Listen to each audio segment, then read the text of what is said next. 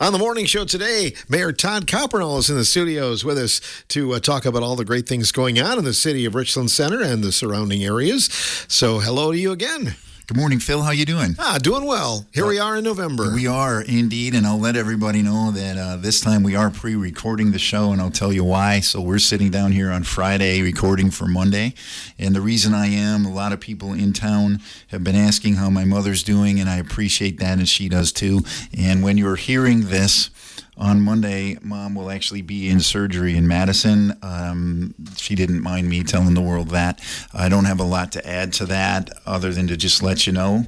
That's why we pre-recorded the show. And for those of you who know Mom, who know my mom, thank you for your concern. Thoughts and prayers are appreciated.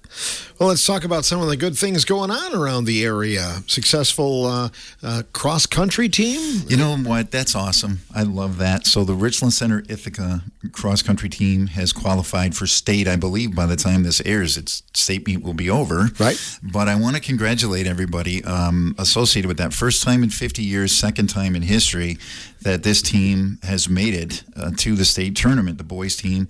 And for perspective for some of our listeners, Ted Wheelock, I believe, was the coach when they went the last time. And a lot of us knew Ted. For perspective, Ted retired from teaching in 1981. So if you don't realize how long ago 50 years is, you start to think of it in those terms and you get the point.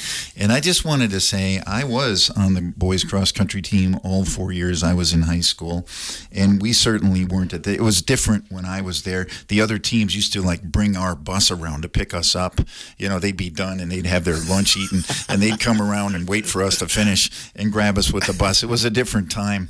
But I wanted to say I'm really proud of those kids, and I want to make sure that I congratulate their families and friends, the coaching staff. Cross country is one of those sports that's just, for most people, kind of there. It doesn't get talked about a lot. You know, the football team gets the homecoming game and the parade and all of that, and the cross country team in a lot of schools, the kids show up for the fall awards banquet and they get their letter for their jacket and they announce next year's team captain and all that, and they get the polite applause because everybody's there to talk about the football team. That's just reality. Great job, Richland Center Ithaca boys cross country team. By now, we know the outcome. Honestly, again, since this was pre-recorded, I don't care how the team does at state. I care that the team got to state, and I want to commend everyone involved. It's a very big deal. News in the city, Panorama Estates. Can you give us an update, Mayor Todd? I can, and you can see for yourself if you drive up there. Dirt has been moved to begin construction of the second building. Yes, it's long overdue. Yes, there's been frustration along the way, both amongst city government and the builder, trying to get here as building costs exploded and then interest rates to borrow the money exploded too. The thing got put on hold multiple times. We all know that, but they're up there now.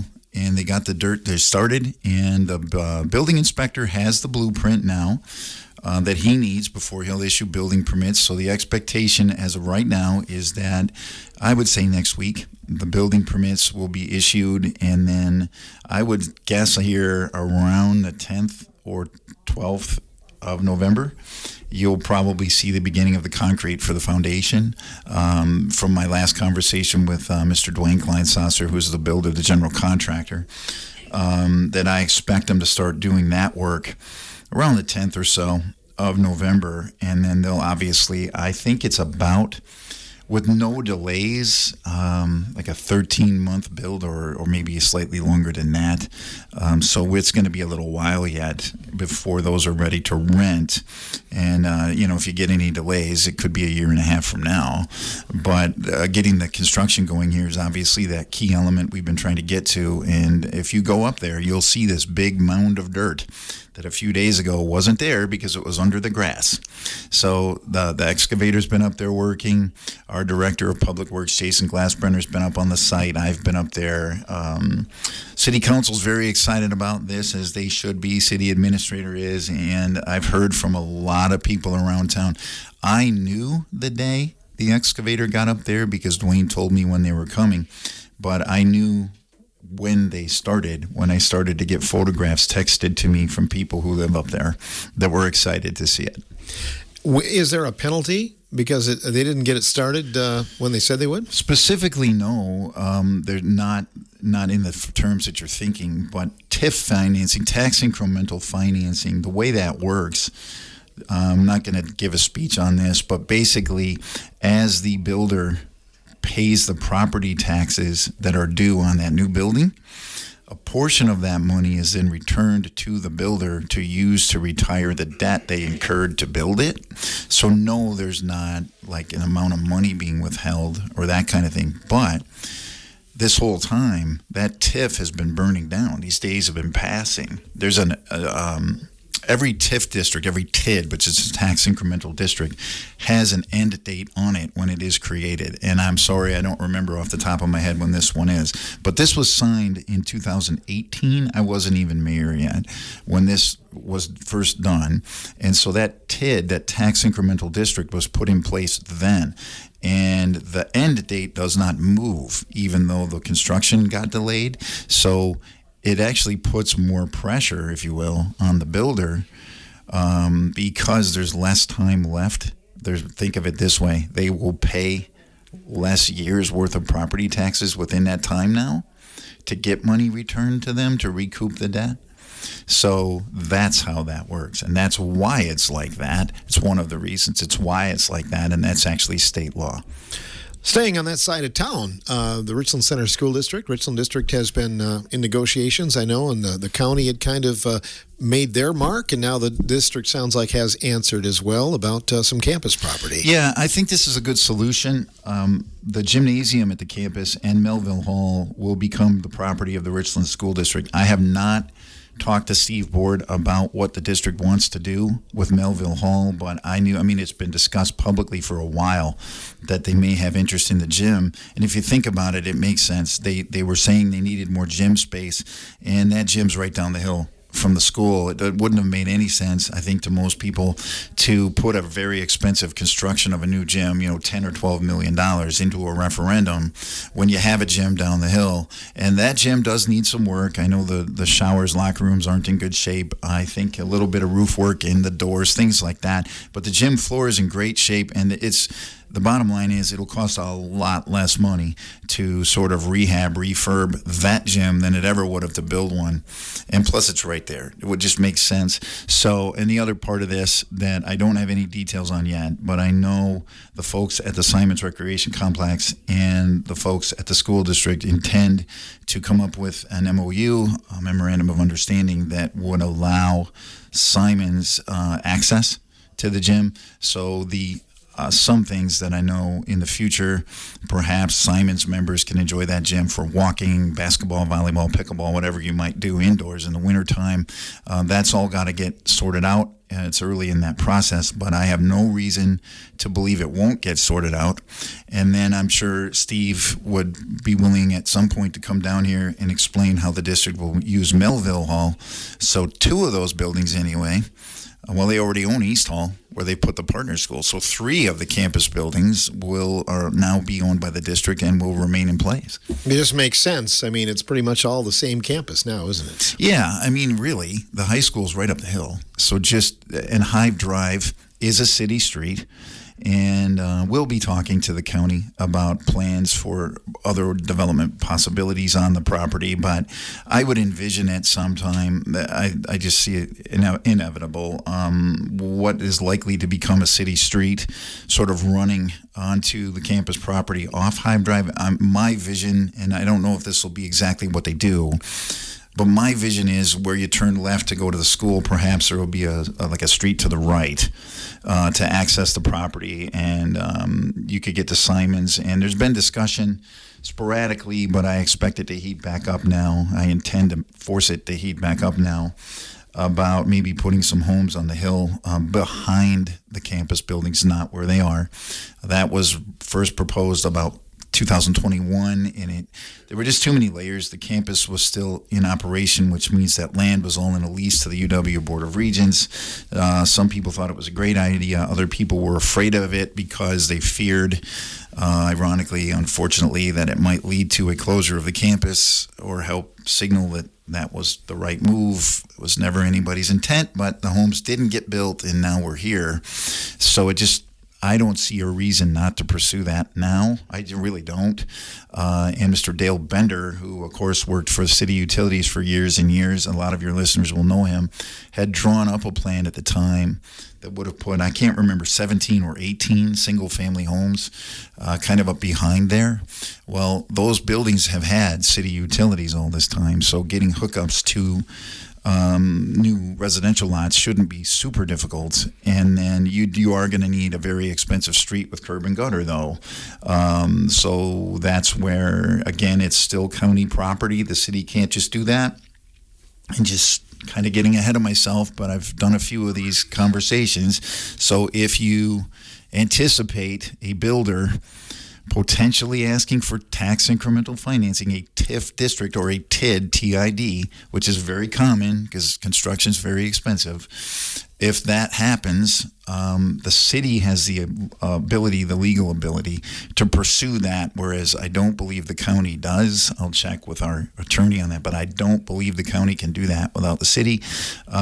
We can, so maybe an opportunity for some collaboration if we need it between the city and the county to perhaps get some single-family homes built behind where the campus buildings have been, which, as I just said, would require a street with curb and gutter, getting utility hookups up there, which they're on the grounds, so we should be able to do that.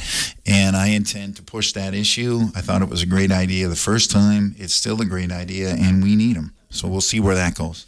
The last time we were here, we were kind of right on the verge of Story Field and a decision being made on that, and it sounds like things are moving forward. Yep, the city council voted unanimously, in this case means 8-0, to approve the land sale to the developer. And what we're doing now, that was approved by ordinance. At the council, they did that, and that then was reviewed. That ordinance was reviewed just the other day by the Plan Commission, just to kind of review that it didn't conflict. The ordinance that was adopted does not conflict with the city comprehensive plan. It does not conflict with the city's land use map. It does not conflict with zoning. It does not. For instance, nobody's trying to put a factory in a residential neighborhood, that kind of thing. That there's no obvious reason that what the council approved should not proceed. Procedurally, just through what did the comprehensive plan say the goals of the city were, what did the land use map say, what does zoning say. One thing I will say is that neighborhood is zoned R1, which means single family residential homes. It will need a zoning change to R2, which is residential 2. That means duplexes as opposed to single family homes, because of course the plan the council has approved would call for 8 duplexes on the property. Now that will have to get there, the builder will have to have this platted. You can look that up online. Have it platted. What that does, it surveys the property. It draws the boundaries on the lots.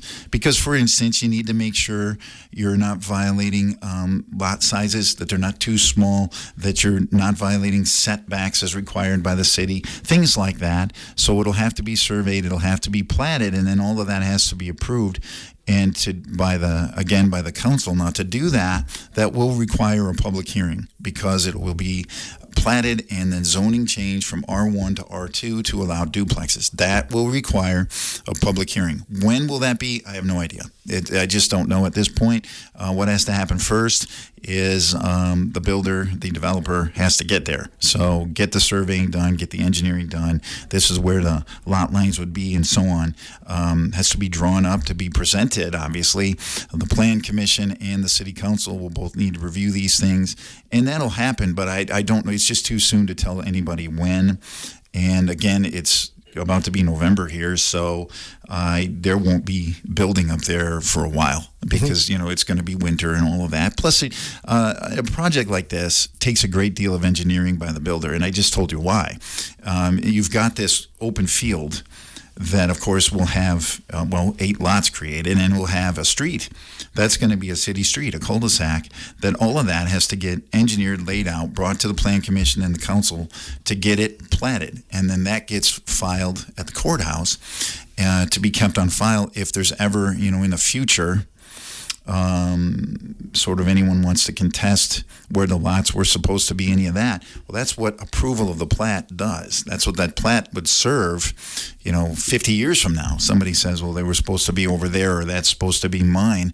That approved plat serves as, quote, the truth if it went to court. That's why all of this stuff is prescribed at the state level, and it's just what the city's going to have to do with the builder to get there. And all of it's going to take some time.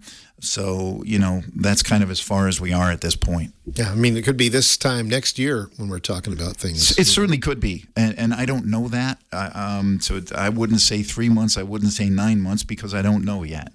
It just depends on how much time it takes for this developer and builder to get with the engineers and get it right and get it to planning. And does it go smoothly there, or are there more questions? Does it need to get revised? There's no way to know that yet. We're not there. What about Cobblestone, the hotel? What's the status of that? Yeah, great question. I just spoke to them yesterday. They're very optimistic. What they're doing right now, so they're raising private capital investors for a portion of the cost of the build, and then these people will own a percentage of the hotel. And they've been in the process of doing that. Now, I will say this. Anybody that might have interest should reach out, because the folks at Cobblestone would be happy to discuss that. They're very happy with how it's going. They've been coming right along, getting people involved and people committed to invest.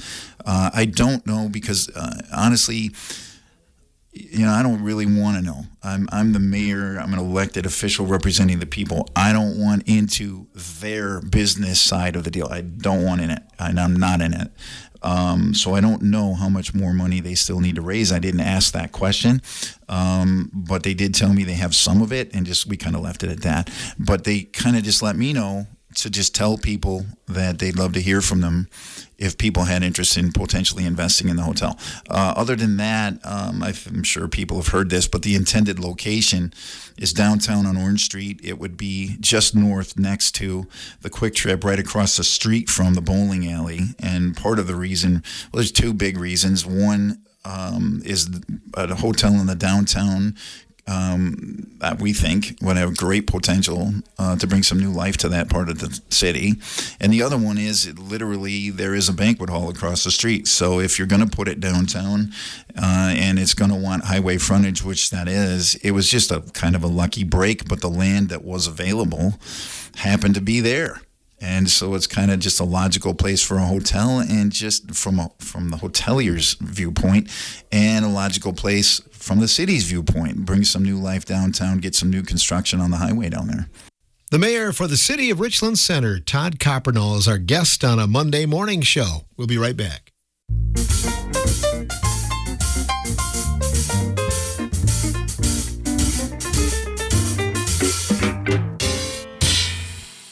Richland Center Mayor Todd Coppernoll is our guest on WRCO's Morning Show.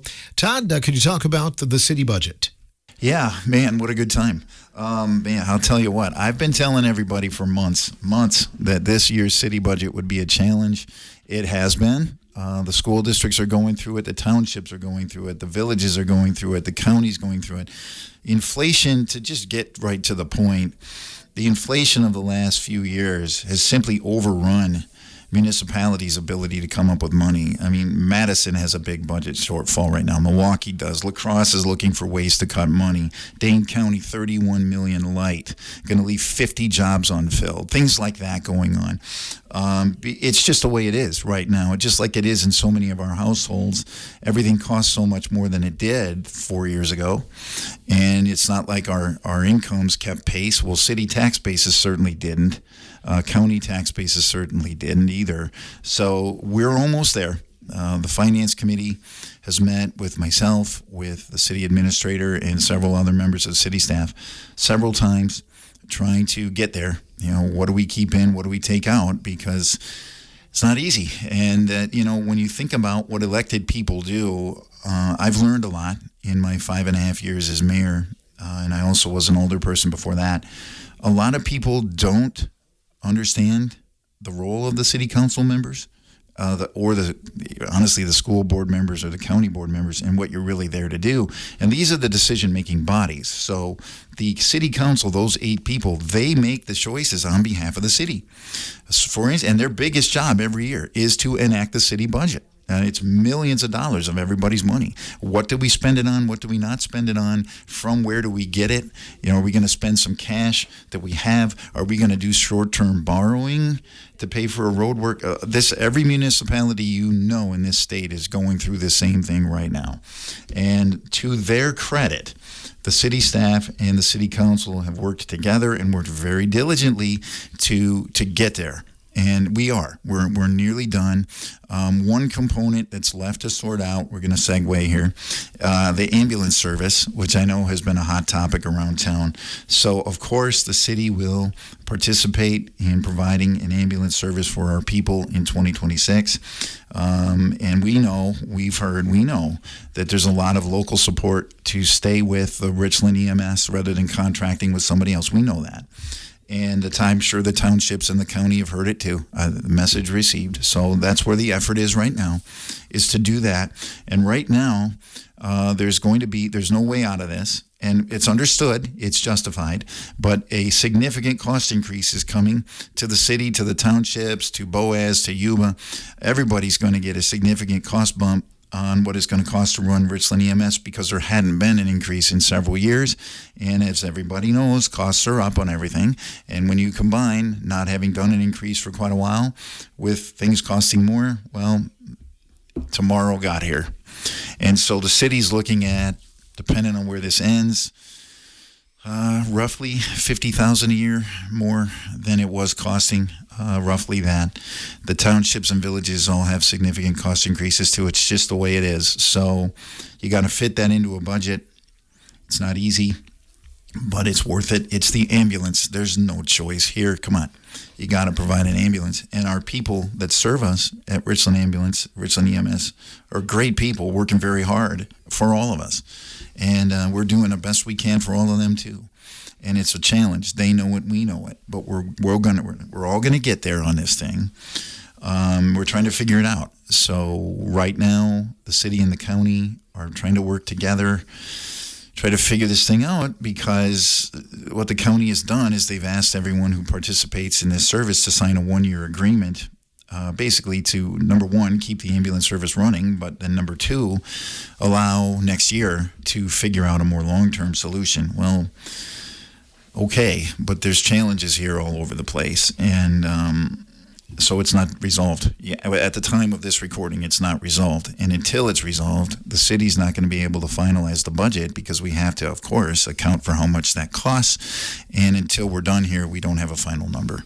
Not meaning that as criticism of anyone, but it's been very challenging and frustrating, I think, for a lot of people, and I'll be happy when we have a solution that we can announce publicly.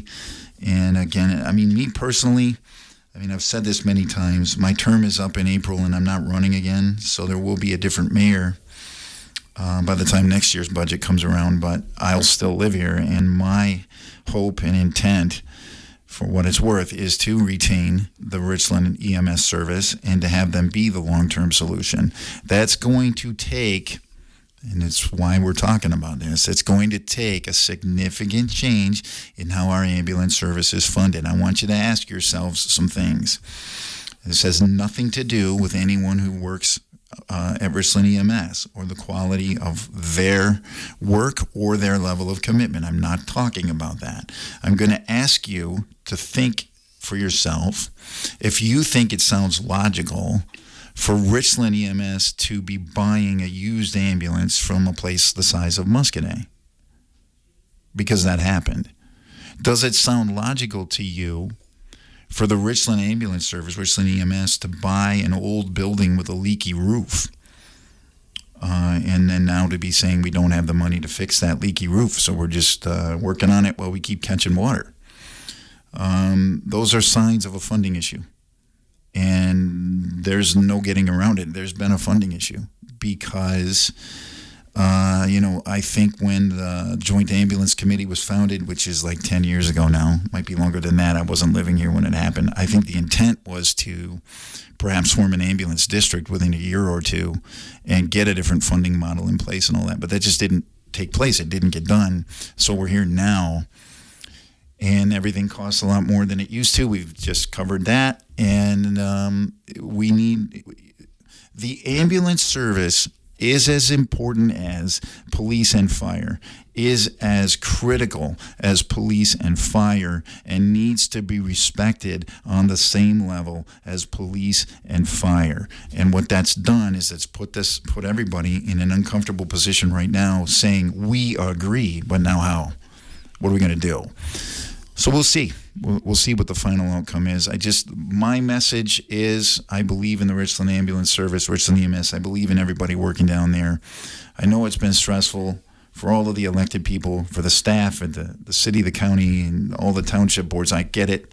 Yuba, I heard you at the joint ambulance meetings talking about how very difficult this was going to be to pull off for your budget. I'm fully committed to finding the best solution we can all get to as soon as we can. This has been an education for all of us, because I always assumed that ambulance was required, that it had, just like police are, I just always assumed that was something that happened. So this is a really interesting thing that I can't explain. I don't know why the state did this, and I'm going to direct people to Mr. Kerry Severson, who's a member of the county board and is the current president of the Joint Ambulance Committee. Kerry has served on the ambulance for years on the committee, and he's done a good job of keeping himself educated. And what he did in his role as president of the JAC, the Joint Ambulance Committee, the last time we met, he brought printed copies of state statute that talked about who is required to provide ambulance. And for a city, I don't remember word for word, but the key point is a city may contract with an individual or group for transport of the sick and the injured.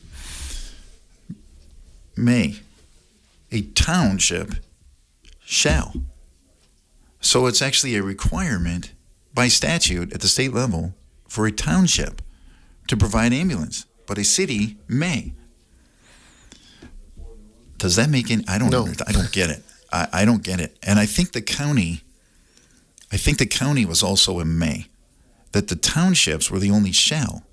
And he brought copies of 3 different things, and we're all reading it. And the reason he did that was to point that out. That was done, who knows when those laws were written, but I don't get it. But that's what it actually says. Now, and again, I'm not giving a speech on this because I'm not going to know all the details. There is state law that comes in. So like a county and a city, believe it or not, according to that statute Mr. Severson brought to the Joint Ambulance Committee, are not required to provide an ambulance service. However, a different state law when it comes to emergency services, now in police, fire, ambulance.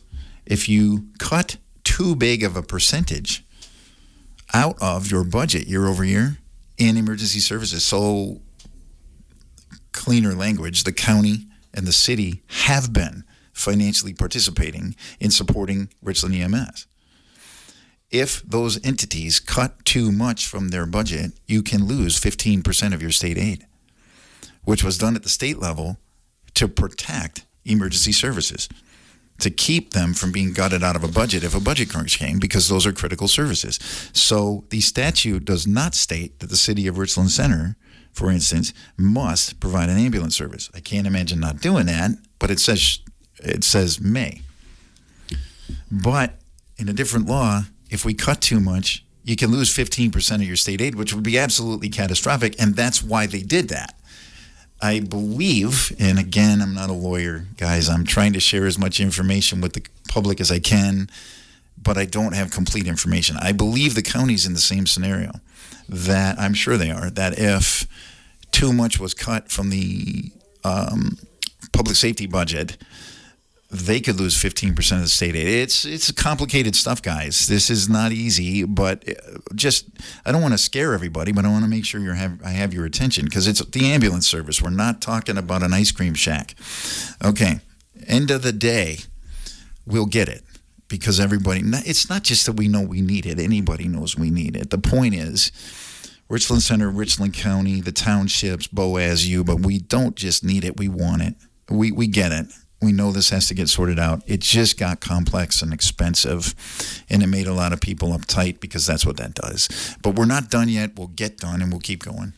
The last time he was here, Representative Kurtz left our studio, and you had a meeting with him. And, our school situation is not much better. Our public schools are still hurting. I understand maybe even less state aid for some of our local schools. Is that correct? Yeah, it is. Okay, so here's what I'm going to do.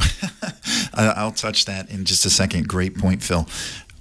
Since you mentioned Tony Kurtz, yes, he was just here, about 10 days ago, and I met with him. It was a great meeting. Senator Sarah Kieski was here a few days before, so I'm not being a favorite. One Republican, one Democrat, both great meetings. Okay, so Tony Kurtz and Senator Howard Markline, who, of course, is also a Republican, have sponsored multiple efforts to help with EMS. A recent one that was passed provides funding for training of EMTs and things like that. And there is another bill pending that Tony and Howard, I believe, are the co-authors. I think that's right. I know they're on it. I think they're the co-authors that would make it easier, I'll say it that way, for a group of municipalities. So it could be, for instance, Richland Center and several of our townships, maybe Boaz is in it or whatever, to form a district and to have a mechanism in there that would allow that district to have a way to fund itself. I'm not going to say more than that. I'll leave that to Tony. That has number, at least when he was telling me, had not been voted on yet, so I can't imagine it has at this point either. But the reason I said that, Tony and Howard have both made EMS a very important part of what they're doing, because this isn't a Richland Center or a Richland County thing. If you watch the news, Fitch-Rona, which is Fitchburg, Verona, just went through a funding crisis with their ambulance service, the whole Fox Valley. The same thing is happening everywhere. Costs ran up. Volunteer EMTs are disappearing. You're having to go to paid paramedics, which again increase costs. It's worth the money, but you got to pay for it. So the EMS stuff has really gotten hot in the state of Wisconsin, and Tony and Howard deserve credit for trying to help with that. Okay, to your question about the schools, yeah, not good news, not fun news. So Tony Kurtz, I'm saying this to give him credit. When I met with him Monday a week ago, we talked about this, and I said something about, I'd seen an article online, actually posted by Civic Media, that listed off the state aid cuts that several local districts were getting, significant at Weston and Kickapoo, and really significant in all of them. But those were the two that really stood out to me, but also River Valley, Riverdale, Richland Center, Ithaca, all projected to receive less state aid than they'd been getting. And I thought, wow, what's going on? So I said to Tony, I said, geez, I saw this article from Civic Media about all these districts having cuts to their state aid. And Tony looked right at me. He said, Todd, I'm going to correct you. There weren't any cuts. He said, we're spending as much money as we did. In fact, we increased what we're spending on special education. I said, well, what happened then? And he said, the school district in Milwaukee, which is by far the largest in the state, those voters in April passed a $252 million referendum. Again, I'm not a lawyer. I'm not a state official. I can't give you all the details on this, but you can look it up online. I did. What that did when Milwaukee's voters approved a $252 million referendum, that touched off a formula the state uses, which was adopted, I want to say, in 1995. I think that's right. That caused a reallocation of state aid to the public school districts throughout the state. And the article I read, which is actually a link Tony sent me, you can Google it and find it. That article stated that the Milwaukee School District was set to receive, I want to say, $48 million in additional state aid. Well, that's coming out of the same pool that it always did. So think of it like this. If 48 million that was going a little bit here and a little bit there goes to Milwaukee, that's 48 million less for everybody else. And so however this formula works, that's the part I just don't know that.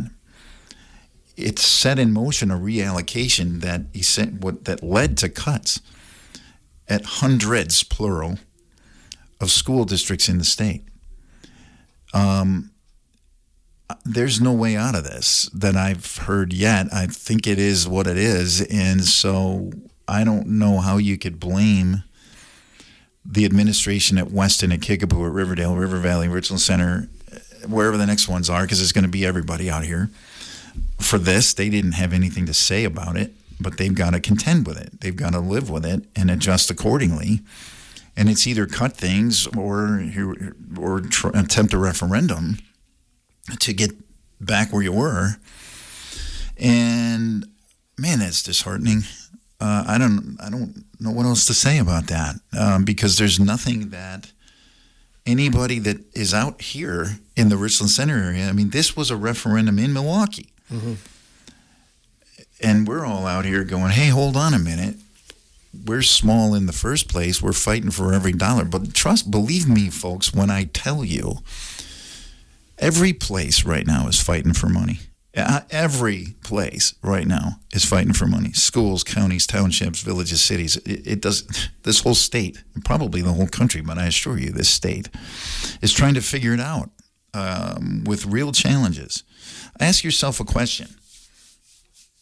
If your public safety budget increased by in excess of $200,000 per year, which Richland Centers has, and your tax levy by state law in the same time frame that your bills just for public safety increased more than $200,000 per year, if your tax levy by state law increased $3,300, that's reality.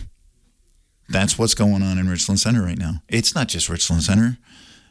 Call any mayor you want and ask them how it's going. Call any county administrator you want and ask them how it's going. Inflation got red hot. The law we're working with hasn't changed. If you don't get new construction, you don't get new money.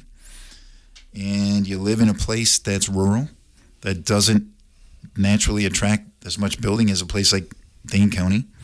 You live in a place that's got rugged terrain that makes it harder to build. You live in a place with a lot of floodplain, makes it harder to build. And you find yourself saying, well, what do we need to do? We need to build. And where do we need to build? Where we can. And when do we need to do it? As soon as we can. And I'll do that math one more time. If your public safety budget increased more than $200,000 per year and your tax levy by state law increased $3,300 per year, what would you do?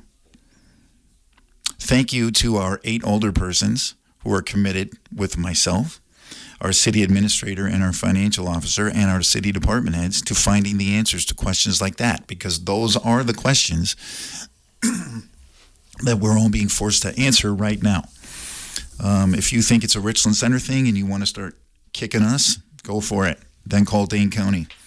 How come they're short $31 million? Why do I see online an effort to save the outdoor pool in Baraboo, do you think? Why is La Crosse looking for more than $2 million to cut out of their budget, do you think? Why did Prairie du Chien cut 23 programs from their school district, do you think?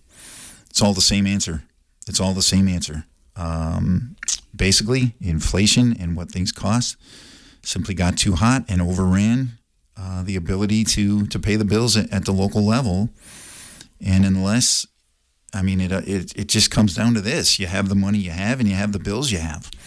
And it's not fun. But I'm being honest with the people. I always have been.